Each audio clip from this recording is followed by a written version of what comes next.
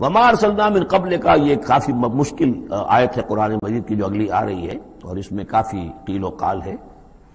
وما ارسلنا من قبلک من رسول ولا نبی الا اذا تمنى القى الشیطان فی امنیتہ، اور نہیں بھیجا ہم نے آپ سے پہلے بھی کوئی رسول، اے نبی صلی اللہ علیہ وسلم، نہ کوئی رسول نہ نبی، الا اذا تمنا، مگر یہ کہ جب اس نے خود کوئی خیال باندھا، کوئی پلاننگ کی، کوئی نقشہ بنایا اپنے کام کا۔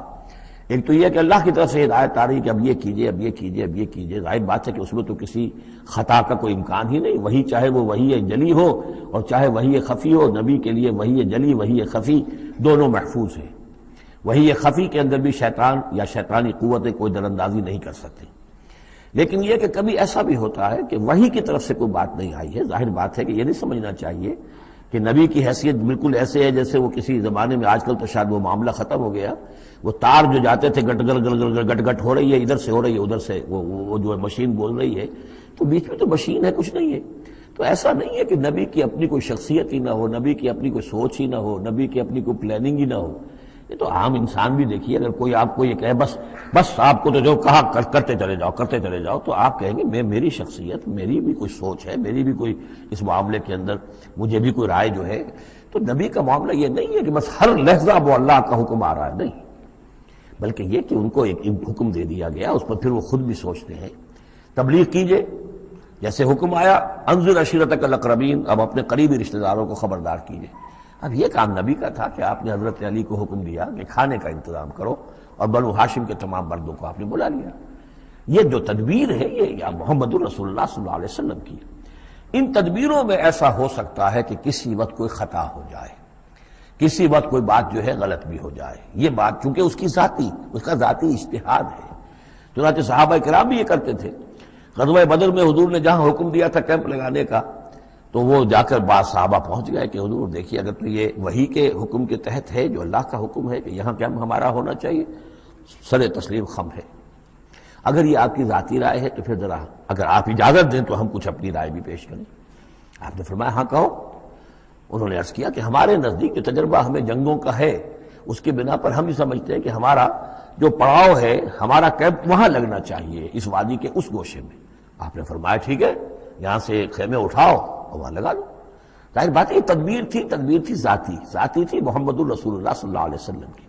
اس میں اختلاف کی صحابہ کو گنجائش ہے اور انہیں اپنی رائے پیش کرنے کا بھی موقع ہے۔ اگر یہ وحی سے ہوتا تو ظاہر بات ہے کہ پھر وہاں سے کوئی سوال پیدا نہیں ہوتا تھا کہ وہاں سے کیمپ اکھاڑا جائے۔ تو اس طرح کے معاملے میں خطا بھی ہو سکتی ہے، غلطی بھی ہو سکتی ہے، اور اس قسم کے معاملے میں کوئی در اندازی جو ہے شیطان کی طرف سے بھی ممکن ہے۔ اب یہ مسئلہ ایسا ہے کہ چونکہ عصمت انبیاء کے بارے میں جو بہت حساس، تمام اہل ایمان جو ہے بہت حساس ہیں، تو یہ آیت جو ہے تو یہ گویا کہ یوں سمجھیے کہ یہ حلق میں پھنس جاتی ہے، اس کو اس طریقے سے قبول کرنا بڑا مشکل ہے۔ تو تعویلیں بڑی دور راسکار بھی کی گئی ہیں، لیکن میرے نزدیک اس کی بالکل سیدھی سی بات ہے۔ یہاں تک کہ میں آپ کو واقعہ بتا چکا ہوں تعبیر نخل کا، کہ حضور نے مدینے میں جا کر کہا کہ یہ آرٹیفیشل پولینیشن وغیرہ کے لیے تم جو قریب کر دیتے ہو کھجور کے نر اور مادہ پھولوں کو قریب لے آتے ہو تاکہ فرٹیلائزیشن زیادہ ہو جائے اور پھر یہ کہ پھل زیادہ ہو جائے، نہ کرو تو کیا ہے، آپ کے بس یہ کہنے سے صحابہ نے نہیں کیا، لیکن یہ کہ فصل کم ہو گئی۔ اب انہوں نے ڈرتے ڈرتے عرض کیا کہ حضور آپ نے یہ فرمایا تھا، ہم نے نہیں کیا، تعبیر نخل اس سال ہم نے نہیں کی تھی، فصل کم ہو گئی ہے۔ فرمایا انتم عالم بامور دنیاکم، یہ معاملات تمہارے، میں یہ سکھانے تمہیں نہیں آیا، ایگریکلچر سکھانے نہیں آیا تمہیں میں تو آیا ہوں یہ ہدایت دینے کے لیے۔ جو ہدایت میں دوں، جو میری جو نبوت اور رسالت کا جو ایشو ہے، جو اس کا موضوع ہے، اس پر تمہیں میری ہر بات کو ماننا ہے، لیکن یہ جو تمہارے معاملات ہیں یہ تجرباتی معاملات ہیں۔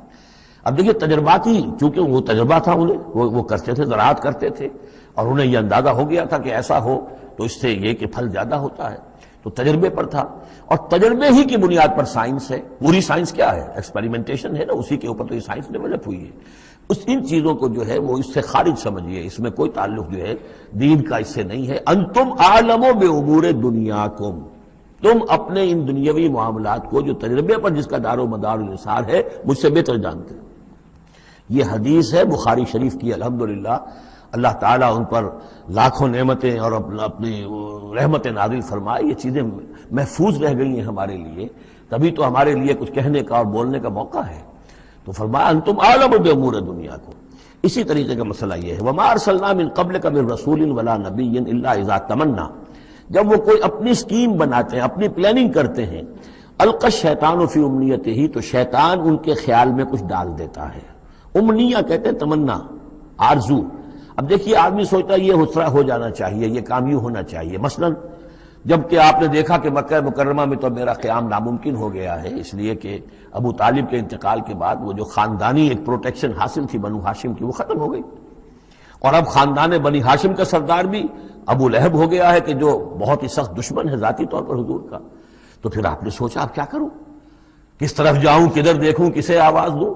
تو آپ نے طائف کا سفر کیا، لیکن یہ کہ وہاں پہ آپ جو ہے ناکام وہاں سے آنا پڑا، وہاں کوئی آپ کو ریسپانس نہیں ملی، بلکہ زندگی کا سخت ترین دن جو ہے حضرت عائشہ صدیقہ رضی اللہ تعالیٰ عنہ کی روایت موجود ہے، ان کے ہوش کے دوران تو سمجھیے کہ غزوہ احد کا دن سخت ترین تھا، تو انہوں نے کبھی پوچھ لیا کہ حضور آپ پر احد کے دن سے بھی سخت دن کوئی گزرا ہے؟ آپ نے فرمایا ہاں، طائف کا دن مجھ پر اس سے کہیں زیادہ سخت تھا، وہ سختی ہوئی حضور پر۔ لیکن اللہ تعالیٰ کی مشیت میں کیا تھا کہ یہ سعادت جو ہے یہ طائف کے لیے نہیں لکھی تھی، یہ سعادت یثرب کے لیے لکھی تھی، جو مدینہ منورہ بننے کی سعادت جو ہے، مدینہ النبی بننے کی سعادت اللہ کی حکمت میں مدینہ کے لیے تھی۔ وہاں حضور گئے بھی نہیں اور وہاں کے 6 آدمی ایمان لے آئے اور کھڑکی کھل گئی۔ وما ارسلنا من قبلک من رسول ولا نبی الا اذا تمنا القى الشیطان فی امنیتہ فینسخ اللہ ما یلقی الشیطان، پھر اللہ منسوخ کر دیتا ہے، ختم کر دیتا ہے اس چیز کو کہ جو شیطان نے ڈالا ہوتا ہے۔ ثم یحکم اللہ آیاتہ، پھر اللہ تعالیٰ اپنے فیصلوں کو پختہ کر دیتا ہے۔